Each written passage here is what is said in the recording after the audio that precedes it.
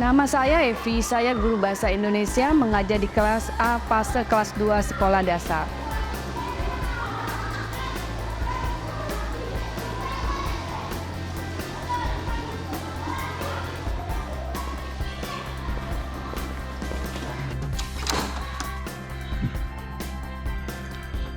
Belum istirahat, Mbak Epi?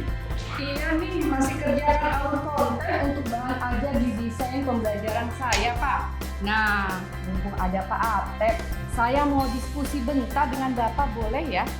Saya merasa sangat termotivasi untuk terus mencari cara-cara kreatif dalam mengajarkan bahasa Indonesia dengan mengintegrasikan ke dalam mata pelajaran lain.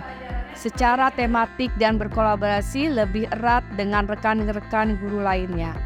Saya berharap ini akan menjadi awal dari banyak inisiatif kolaboratif dalam pengorganisasian konten yang relevan di masa depan. Di mata pelajaran bahasa Indonesia untuk tema menjaga kesehatan, salah satu subtema adalah olahraga. Nah, subtema ini sangat bisa diintegrasikan di mata pelajaran PJOK. Jadi, saya akan berkolaborasi bersama guru PJOK dalam mengorganisasikan konten yang relevan agar nantinya saya maupun guru PJOK bisa menyusun alur tujuan pembelajaran di mata pelajaran masing-masing. Jadi gini Pak, ini saya sedang menyusun bagian subtema kesehatan mata dan olahraga untuk mata pelajaran saya bahasa Indonesia. Kayaknya bagian ini bisa dikaitkan dengan pelajaran Bapak. Di pelajaran PJOK ada pembahasan kayak gini nggak ya, Pak?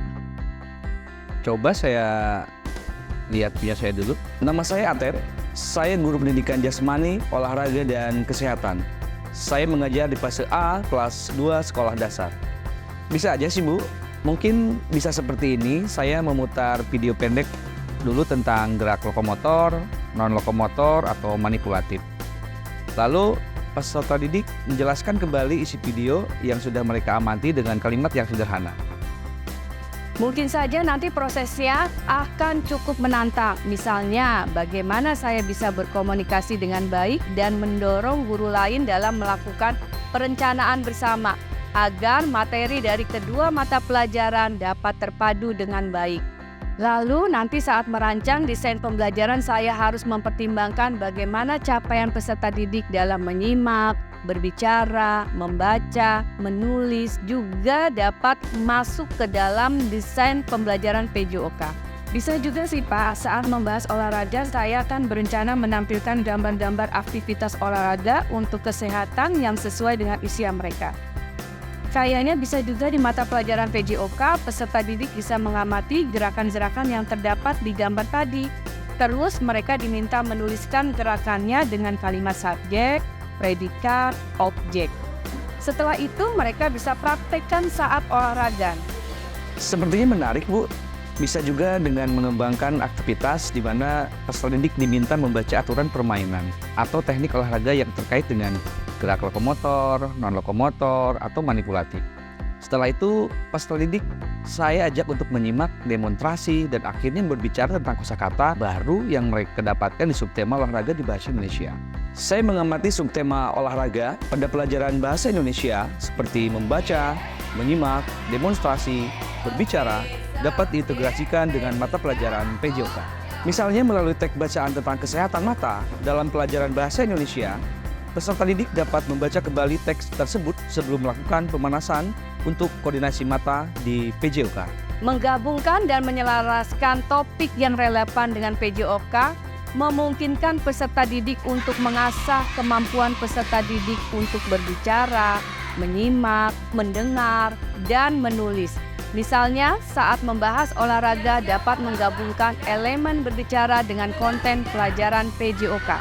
Integrasi subtema dalam mata pelajaran bahasa Indonesia, khususnya olahraga ke dalam mata pelajaran PJOK secara tematik dapat meningkatkan pemahaman peserta didik tentang kesehatan mata dan olahraga.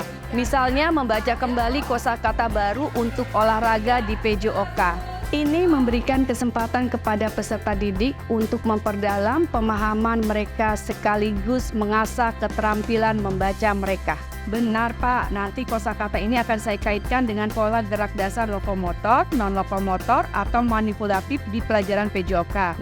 Misalnya, mengayun, menggenggam, menendang, melompat, berlari, sepak bola, dan sebagainya.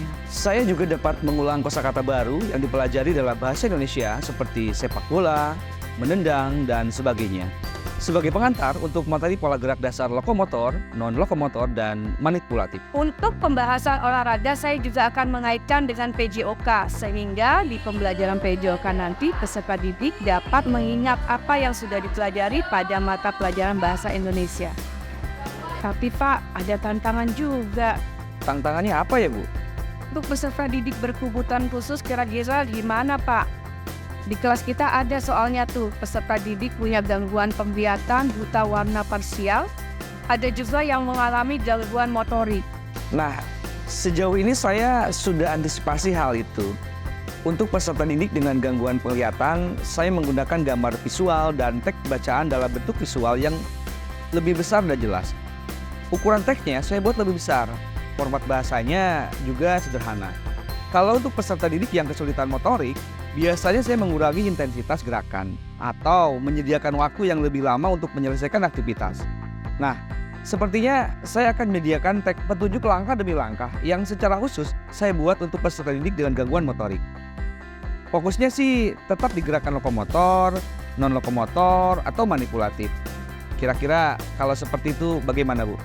Saya setuju Pak. Intinya pemahaman peserta didik kita tidak terputus dan mereka bisa memahami dan memiliki keterampilan yang diajarkan di bahasa Indonesia dan PJOK.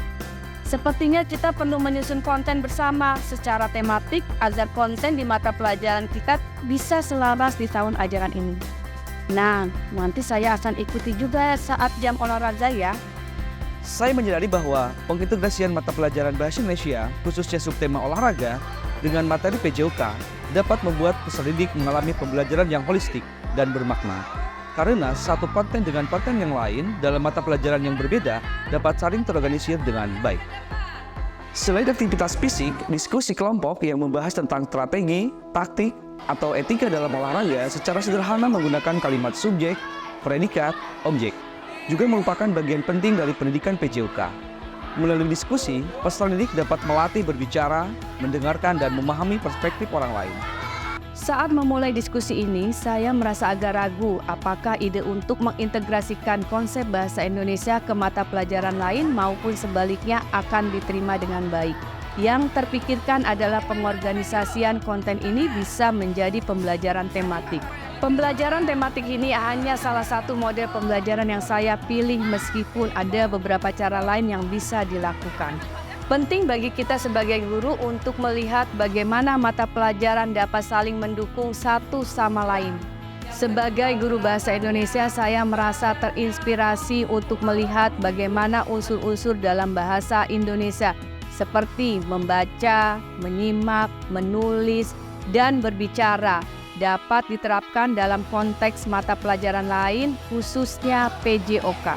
Saat peserta didik mendengarkan instruksi latihan fisik di PJOK, mereka sedang mempraktekkan keterampilan menyimak yang dipelajari dalam mata pelajaran bahasa Indonesia. Integrasi aktivitas menyimak dapat memberikan landasan yang holistik dalam pembelajaran di mata pelajaran PJOK. Bisa sekali, Bu. Untuk tahun ajaran ini, kita memang perlu memasukkan lebih banyak elemen-elemen pembelajaran untuk bahasa Indonesia dan PJOK.